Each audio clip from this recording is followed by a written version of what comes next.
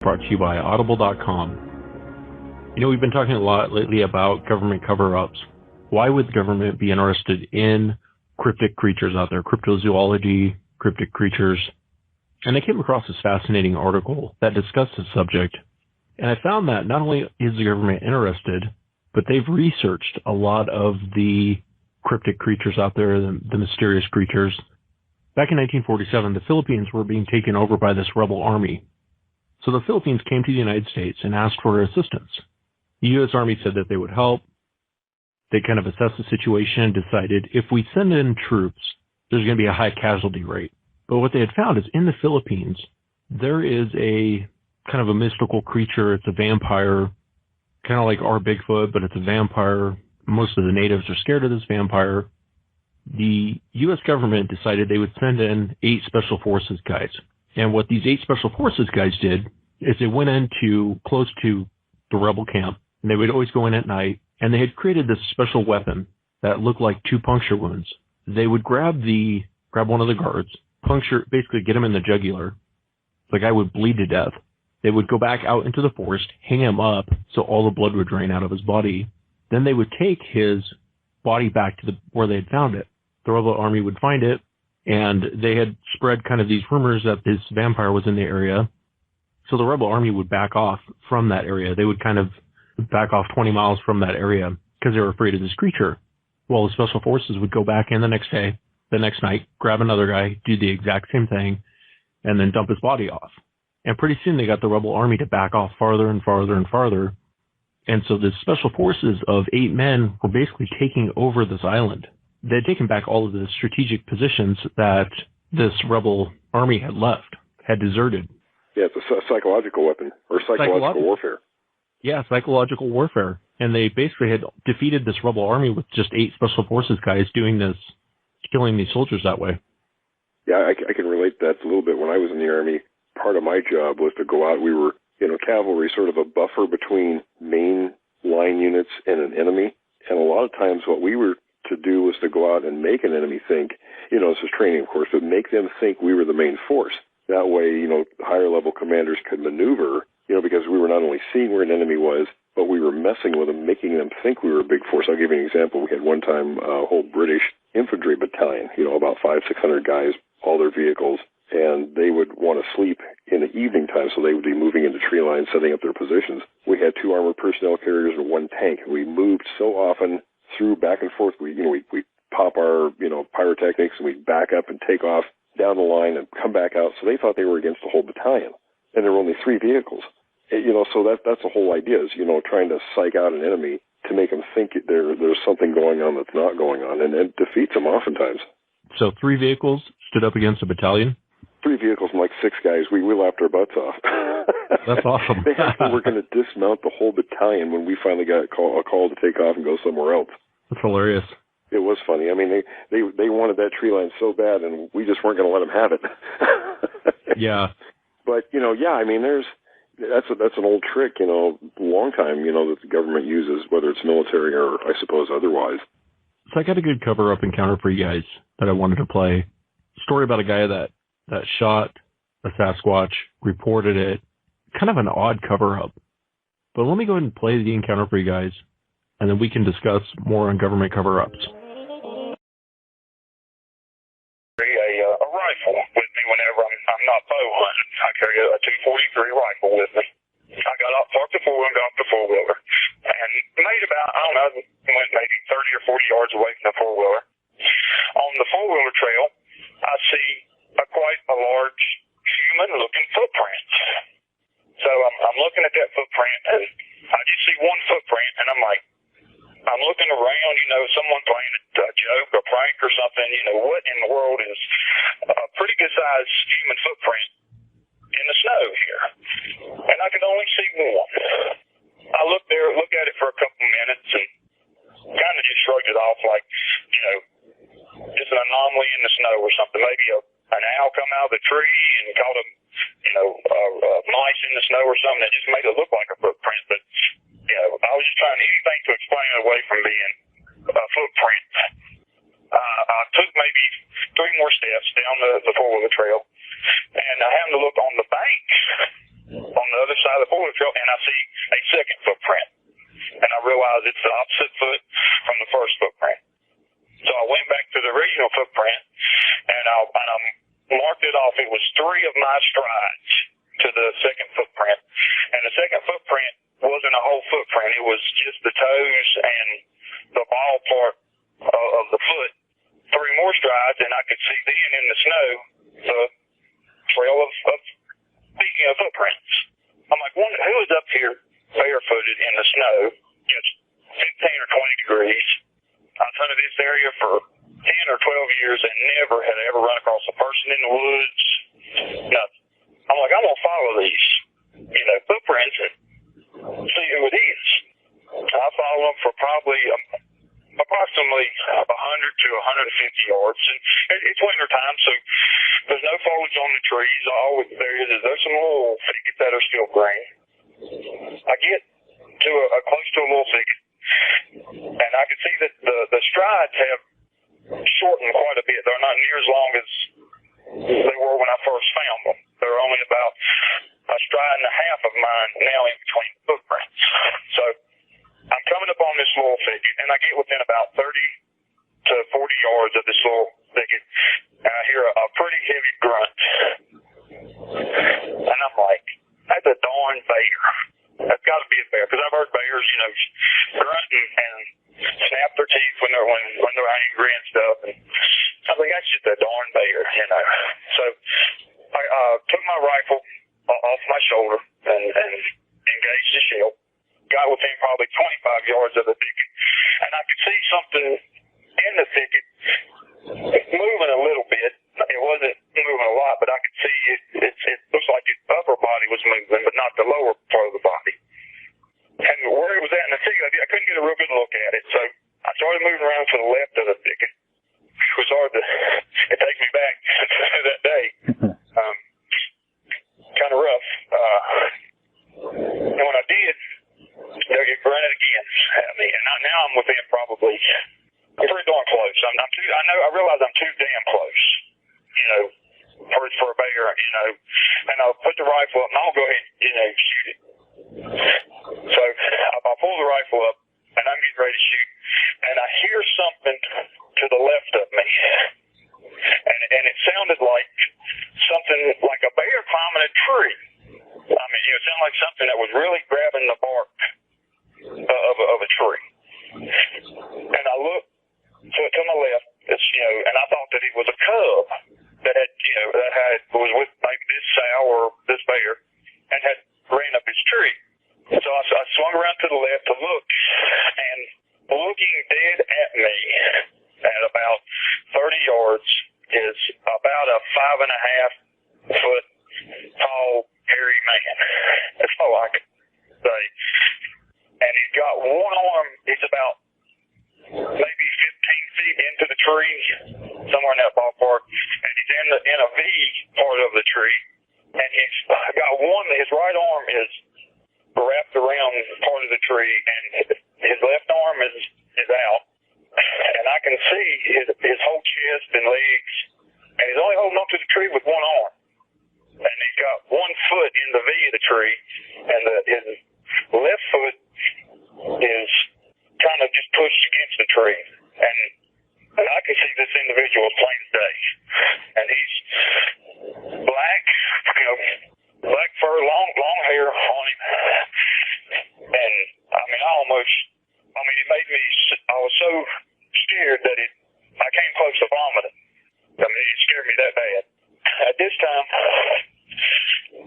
I look back to the little thing. I'm backing up away from this tree and the little thicket.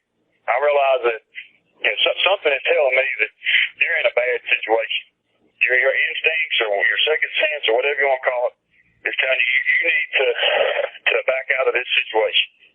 So I'm easing back, and about that time, the big one, which was in the little thicket, which I thought was a bear, stands up, and it's a male. And the one in the tree I assume is a female, because it didn't have what I would say big breasts, but I didn't see any genital, male genital to it, but you could see breast. But it was hairy. It was hairy, enough that everything wasn't that visible on the body. The one in the little thicket stands up. And when he stands up, the little thicket is probably 8 foot tall. And when he stands up, his head is above the little thicket. And he's looking dead at me. And I'm easing back. And he's actually closer to me than the one in the tree is. So I'm backing up. Well, the one in the tree grunts at me. Well, when he grunts at me, I throw my rifle up and put the scope right on its chest, center mass of the chest. And I click the safety off and I let it go and busted it right in the chest. When I hit it in the chest, it didn't fall out of the tree, but it came out of the tree. When, after I shot it, I turned and started to run. And as I start to turn, I turn around and look, because as I turn, I have done ejected that shell, and I'm putting another shell in it, because I think that I'm going to have to fire at the big one. And I turn back and look. The big one is kicking the small one off the ground. And I can't believe my eyes, what I'm seeing. So I turn around and I'm seeing this big one pick it up, the small one up, and it picks it up like it's a rag doll. Grabs it by its arm and just picks it up like, and this thing probably had to weigh 500 pounds. The big one, I would guess weighed 800 pounds, 900 pounds maybe. It was just a beast of an animal. Shaquille O'Neal don't have, it looks like a kid to this thing. So I turn, I see it, and I'm still wanting to get the hell out of there, And it turns and picks that one up, and it starts toward the rock cliff, the sheer cliff at the top of the mountain. And this big one grabs this rock cliff with one hand and picks itself and I don't know if it's its mate or a sibling or I don't know what it is, and carries them both up this sheer straight rock cliff like he was, almost like he was flying. It was like he didn't even have no effort to it. Just went straight up this 30-foot rock face in a matter of 5 seconds. I don't know if it was 5 seconds. Turning the other direction, and my ass is, I'm hauling tail back toward the four-wheeler, which I'm only about, at the time I was probably only 150 yards away from the four-wheeler, something like that. And I run as fast as I can to the four-wheeler, and I keep looking back over my shoulder, wondering if this thing is going to come. And get to the four-wheeler, don't even bother. I've got the gun in my hand the whole time. Start the four-wheeler up, and I never saw it again.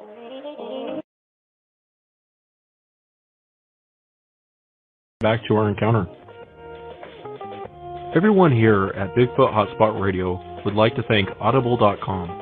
Audible.com is the internet leading provider of audiobooks with over 150,000 different titles to choose from. To download a free audiobook of your choice, go to audibletrial.com/Bigfoot Hotspot.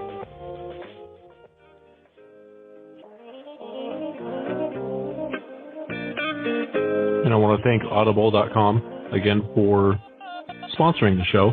But let's jump back into the encounter. And this is where the story gets a little strange.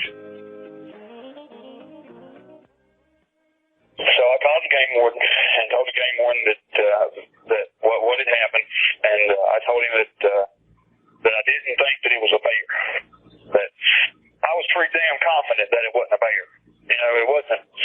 It wasn't in my mind. There was no confusion. I know what bear looked like. I've killed about 10 or 11 bear in my hunting time in the woods, 20 or 30 deer, bobcats. I know what the animals are here in this area, and what I saw that day, the day before Thanksgiving on 2003, was not a damn bear. It was not a bear. I don't care what anybody says. The people can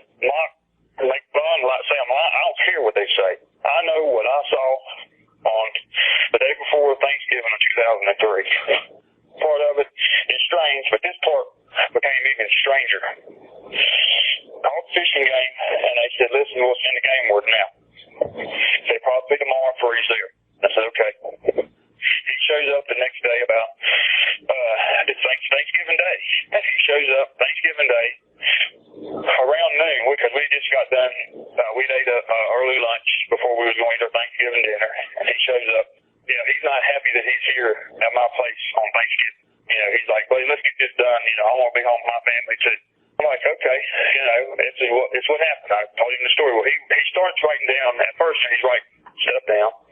And when I tell him about that, it's two of them, and that I believe it was a Bigfoot, he just stops writing, takes his notebook paper that he has, and just wads it up. I don't have time for this stupid shit. You know, I want to be home with my family. You probably saw a bear. You know, we get these reports all the time that people think that these things are out there. You know, blah, blah, blah. I'm like, hey, buddy, if that's what you think, it's fine with me. I said, I just wanted to make the report that I had shot an animal, you know, in case another hunter finds something dead in the woods that, you know, that I shot, and I have a bear tag, you know, and that I can tag the animal if someone recovers. So he's like, well, where did this happen? I said, it's up the mountain, you know, probably about a mile up the mountain. He said, well, would you take me up there on your four-wheeler? I said, not a problem.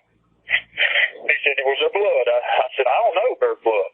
You know, I said, when I shot the one in the tree, you know, my ass was headed the other direction. You know, I put the round in it and turned around, and all I done was turn around long enough to see the other one coming out of the thicket and pick the other one up, and then walk straight up a sheer cliff.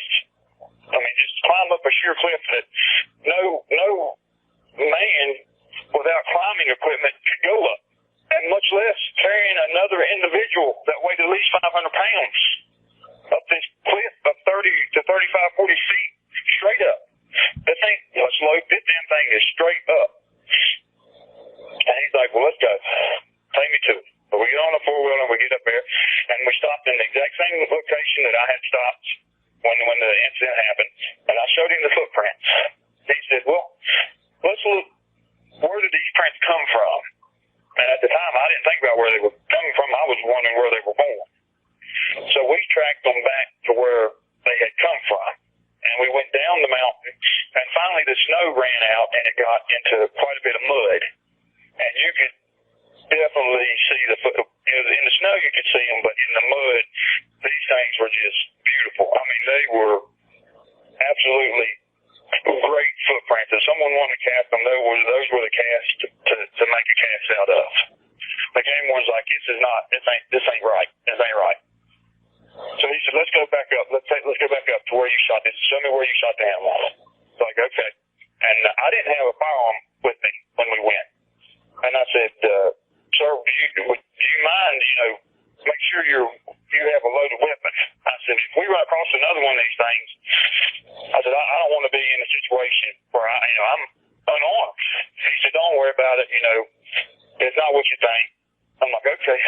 So we hike back up and we follow the trail of, you know, the footprints. That's where the little thick was at in the tree, and there's blood all over the ground in the snow. I mean, there's a good probably 2 or 3 puddles of heavy maroon, you know, and it looked like long blood in the snow. And I'm like, see, you know, I shot an animal here, you know, but without doubt I shot an animal. Well, he takes out a baggie that he has, and he's got a little thing around his waist, and he pulls out of like a Ziploc baggie, and he takes a handful of the blood in the snow, and he turns the bag inside out and grabs a snowball full of blood in the snow and seals it up and puts it in his back in his little sack there. And he said, well, show me where they went up the cliff, because you couldn't see, because there was actually so many footprints. I guess where the big one had come out of the little thicket, maybe it looked like that the other one had been drugged a little bit in the snow before it actually picked it up and climbed up the cliff with it. And it looked like it had drug it, you know, its feet had drug in the snow. It was like to the cliff, and there was blood on the cliff, and there was actually looked like 4 fingers that were handprint on the rock, that was blood, and you could see it pretty good. And he ended up taking a picture of that. He had a camera, and he took a picture of that. And then we couldn't climb over the mountain. I mean, it's a sheer cliff. And I said, the damn thing went straight up this. And he's like, well, there ain't no bear that can climb that. I said, you're not telling me nothing that I don't already know, sir.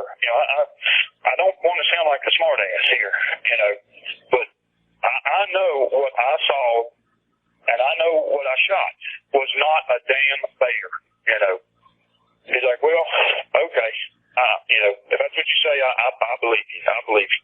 He said, you look pretty distraught and adamant that this is what happened. I said, well, I know what the hell happened.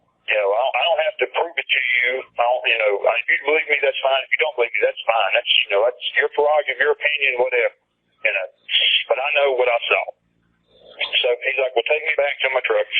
He said, if anyone recovers a bear, we'll let you know. I'm like, okay. But we come back off the mountain, and he gets in his truck and leaves. He said, there may be someone else contact you over this. I said, from Fish and Game? He said, there may be another government agency that contacts you. I said, okay. And he said, well, who are they with Fish and Game? And he said, no, he said, there'll just be another government agency. He said, they'll introduce themselves if they show up. I'm like, okay. Which I thought was strange. He never left his card with me. Nothing. He leaves. So probably it goes maybe a week or 7 to 8 days, something like that goes by, and I have a shop here in town, and 2 individuals show up at my work and ask to speak to me, and both are in a government licensed minivan, and they said, we need to speak with you. And I said, well, what's this concerning, And they said, well, it's over the incident with the game warden. And I said, okay. They said, do we have somewhere private that we can speak? And they said, we'd personally like to go to your residence and speak to you. I'm like, okay. I was like, well, it's almost quitting time. You can just follow me home. So I said, just give me about 30 more minutes, and y'all can follow me home. So I finished up my shift, and they followed me home, which was 3 or 4 miles from my work is where I live. And they get out of the car, and they called me by my name and said, we need you to recount what exactly happened to you on the day before Thanksgiving. I said, okay. So I go through the whole thing. And one of the gentlemen was a clean-cut gentleman, had a suit and tie on, was nice and polite. The other individual was a very large man, probably 6'8" or better, and he did not look like someone that would work for the government. He had long hair, kind of a scruffy beard, didn't look clean shaven. It wasn't clean shaven at all. Didn't look like a government employee would look. So the smaller guy, he gets done, asks me the question, and I tell him the whole story about what happened. And then the larger man says, well, do you really think that you saw was a Sasquatch? He didn't say Bigfoot. The whole time I never called it a Sasquatch.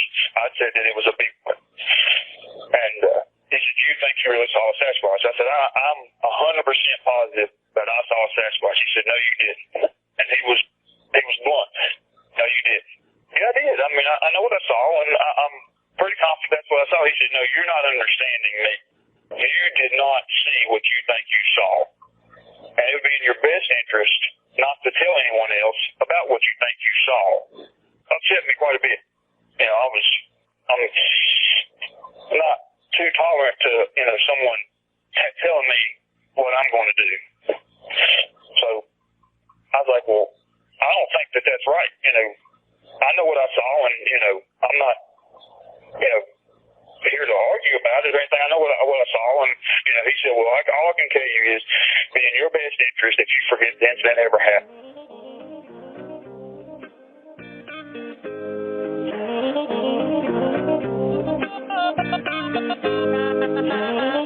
In 1977, the National Security Agency And you can find these documents. They've been released through the Freedom of Information Act. But back in 1977, the government was actually researching and doing a study on Bigfoot, on Sasquatch. And what if as you read through the documents, it's pretty interesting. They say in there, what if Bigfoot were to be real? What impact would that have on the United States economy? What impact would that have on forestry? What impact would that have on logging? Would we have to protect these animals? And in there, they even discussed, what if it comes out that these creatures are more towards human, more than animals? What if someone shoots one? Is that murder? So it was really interesting to read through some of these Freedom of Information Act documents that have been released. And it's even more interesting that the National Security Agency was taking note of Bigfoot back in 1977. Now, isn't it interesting? Why would they postulate, if something like that existed, what effect it would have on the economy? Now, that's what I've mentioned before, and I'm going to put in my book, Creek Devil, on a chapter dealing with possible cover-ups, are a couple of different theories about why they would do something like that. And one of those theories deals with, of course, the what I think is kind of the myth of the spotted owl, and it being either a test run to see what impact something like that would happen. If a species were, listed as endangered and logging had to be halted, what impact it would have on the surrounding communities. And it had a devastating effect. Of course, you guys live in a community that was hit hard by that. Or it could have been the actual vehicle to sort of take away that economy from those communities so that when the Sasquatch was proven, it wouldn't be as big an impact. I mean, I still think it'll be a huge impact, but I think that sort of softened the blow by kind of killing the logging industry. And, the thing that gets me is reading some congressional hearing information from, I want to say, 1990 or 91, and I'd have to look up the specific document. I have it somewhere here, but they were discussing this as all the various scientists and government officials, everyone, Forest Service involved with this whole spotted owl thing. And in the course of this conversation during this meeting, they were talking about a second species of owl that was plentiful that occupied the same habitat as the northern spotted owl. And to me, I mean, if the spotted owl was the only owl in that environment, yeah, I can see how if they died off, that would really change, the food cycle and everything in that environment. But it didn't. There was another species of owl, and they were actually discussing going out and killing this other species of owl to keep so the spotted owl could thrive. And to keep the other one. It didn't make any sense at all. I remember that. They were actually going to kill one owl. They were going to kill one bird to keep another. Is what they were going to do. Right. I mean, it's kind of silly. I mean, so so why even worry about the spotted owl? I mean, species, come and go. It's sad to say, but if your whole I think what they were saying was the population was higher on the other one than it was with the spotted owl. But regardless, what is, like you're saying, what is the point? Right. Well, their whole point was to say, okay, if we lose the owl, it's gonna have devastating effects on this ecosystem. Well, it wasn't, because there was already another owl there, also eating the same things, doing the same kinds of things. So, if the spotted owl died off, there would have been zero impact on that because this other owl was plentiful. So I had to think, okay, what were they really doing? And to me, it just seems that that would be a perfect vehicle to either blunt or test what the impact is going to be if the Sasquatch were proven real. And Will, I know we had that police detective that contacted the show. I know we're going to have him on here in the next couple of weeks. But while we're discussing government cover-ups, do you have the notes from when you spoke with him?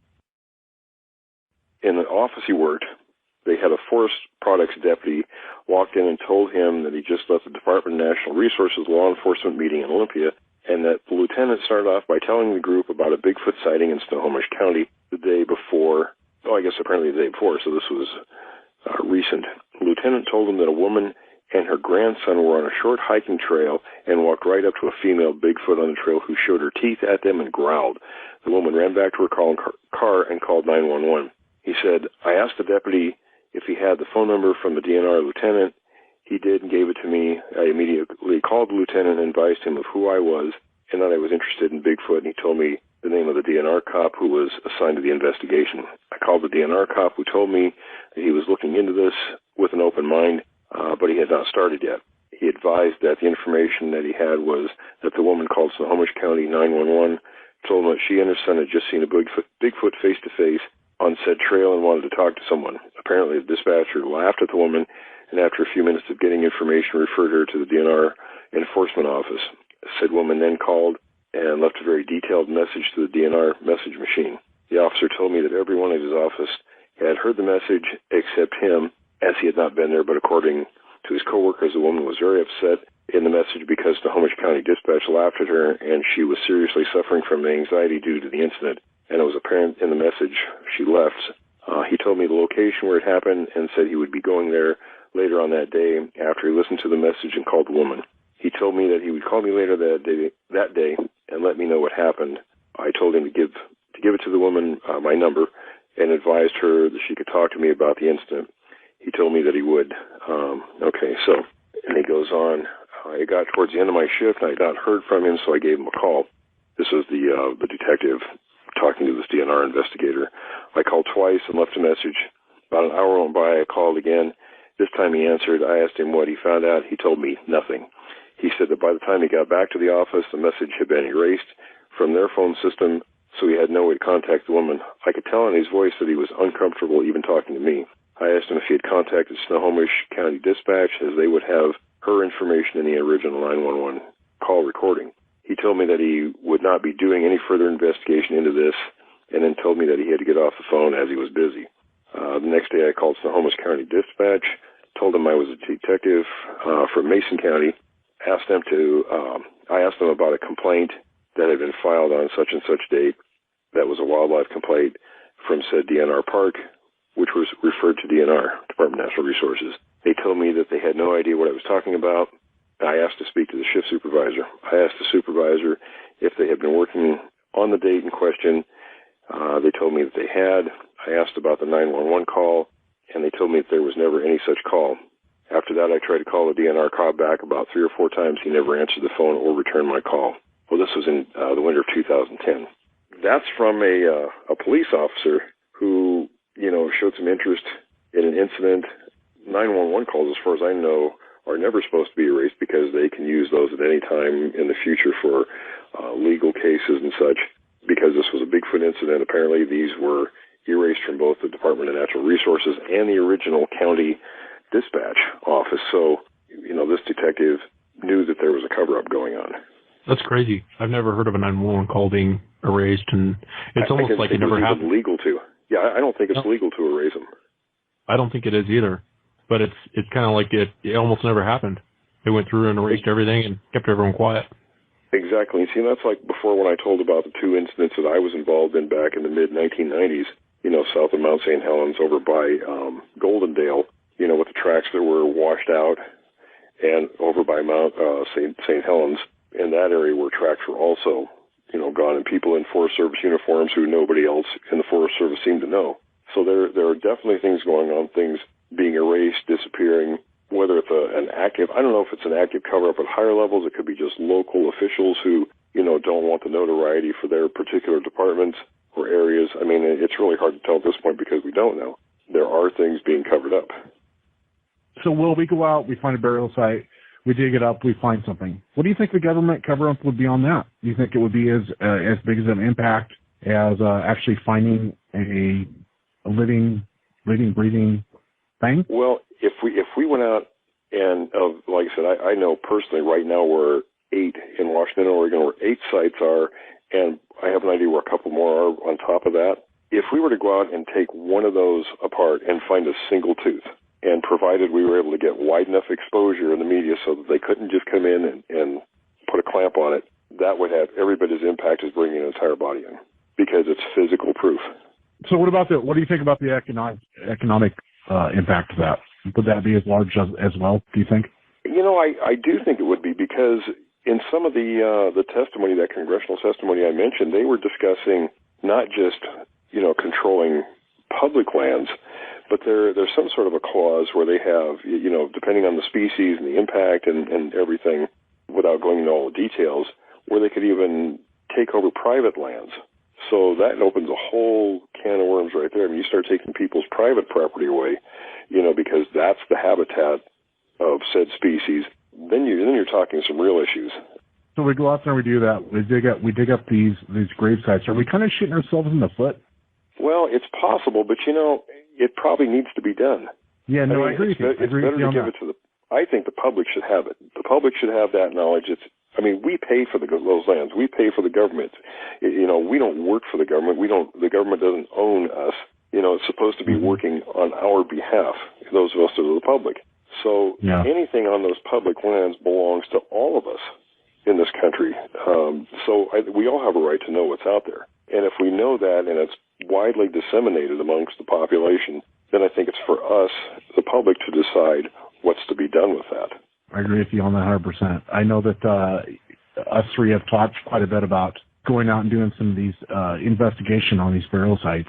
I'm getting pretty stoked about it, and I know Wes is ready to go. It's a matter of fact, are the people ready for it too? Because if we do find something, like you said too, we find some bones, which I don't think bones would last that long, but I don't know. It depends on how long. I think teeth would be what we'd find, and some bone fragment. Right. My anthropologist friend is going to send me some information on soil degradation of tissues and things like that. He says, and I agree, a lot of especially in the Northwest with the rain and everything and the sharply different weather, the seasons, and the way these piles are, the rocks that are piled, there's a lot of air and water can get in through these sites.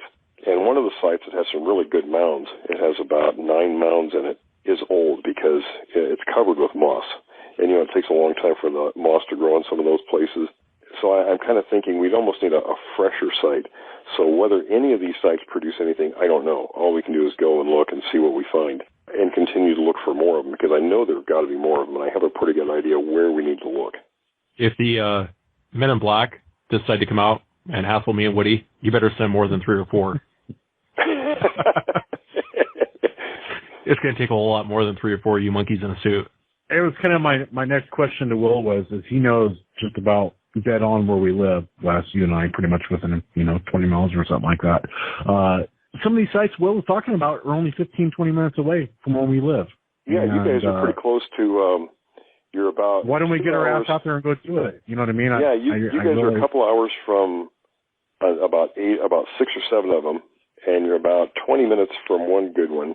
Just due east of you guys, there's an area where I think there are some other ones. We need to get in there at some point and look, but I think there's some in there. And those could be fresher sites. I'm ready. Yeah. I know you are. He's been on me more, Will, than I've been on him, that's for sure. And this is a good time to mention to our listeners about our sponsor, where if we had a big turnout from our listeners to help us out with our sponsor, we would have the necessary means to go out and really look for, not only check the sites we know we have, but to search for newer ones and fresher ones and really put the issue to rest.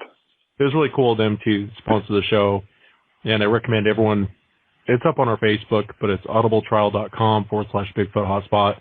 You get a free book, and you just sign up for your free trial. It doesn't cost you anything.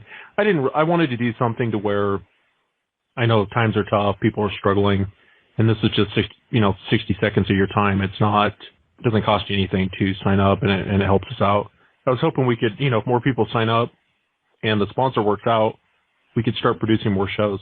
That's really the awesome thing about this particular sponsor is the audiobooks. I'm one of those people. I used to love to sit down with a book and read, and then people tease me at work about, because I bring in a thicker book, at least 1,000 pages all the time, because they were always too short. I'd get through them too quick, so I'd always look for these books that were much larger, but I just don't have the time in the past few years.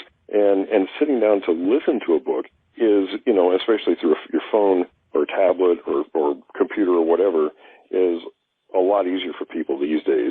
And this sponsor, it's awesome because you get to sign up for a 30-day free trial. It doesn't cost anything to help us. We're not asking for money, which, we've had people email us numerous times and say, we should ask our listeners for money. But I always feel uncomfortable asking people for money. And this is a really awesome way if you folks want to help us out. Sign up for the free trial. It's 30 days. You can cancel at any time. It doesn't cost a penny, but it helps us out. And like Wes said, we're talking about putting out 2 shows a week.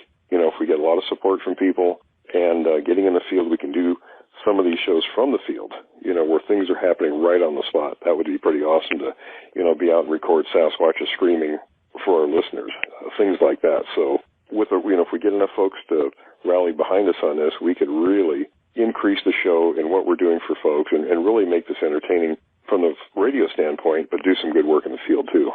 It's sort of the call to rally our supporters, and we have a lot of folks out there, and we need every bit of support we can get to continue doing what we're doing and to make it even better. All right, guys, have a good night. Will, Woody, have a good night. Everyone out there listening, have a great night.